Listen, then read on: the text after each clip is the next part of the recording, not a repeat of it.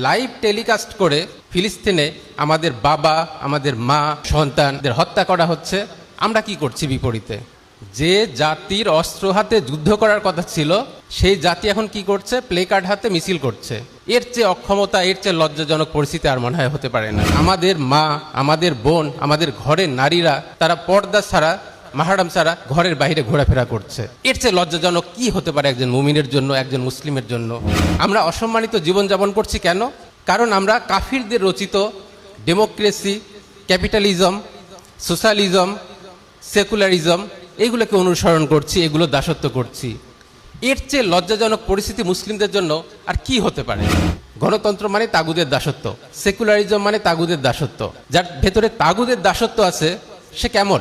তার মানে তার কার সঙ্গে সখ্যতা আছে? কাফির শিবিরের সঙ্গে সখ্যতা আছে। তো যাদের কুফরের শিবিরে যাতায়াত আছে, কুফরের শিবিরে সখ্যতা আছে, তাদেরকে আল্লাহ সুবহানাহু ওয়া তাআলা কেন তার মনোনীত দ্বীনের জিম্মাদারি দিবেন?